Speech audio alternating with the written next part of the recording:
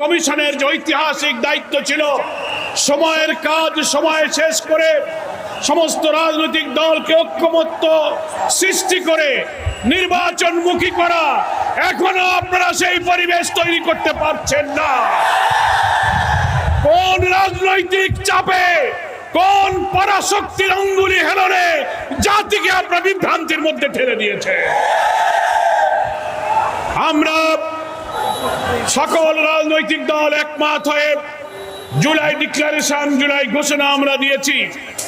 সেখানেও আমরা দেখেছি জনগণের আকাঙ্ক্ষা আপনারা পূরণ করতে পারেননি। আজকেও আমরা বলবো সেই জুলাই ঘোষণাকে সংশোধন করতে হবে। আমাদের 24-এর গণ অভ্যুত্থানের প্রেক্ষাপট টানতে গিয়ে অনেক ঐতিহাসিক সত্যকে আপনারা এড়িয়ে গিয়েছেন। জুলাই ঘোষণাতে শাপলা চত্বরে ওলামায়ে কেরাম ইসলামের জন্য যে কুরবানি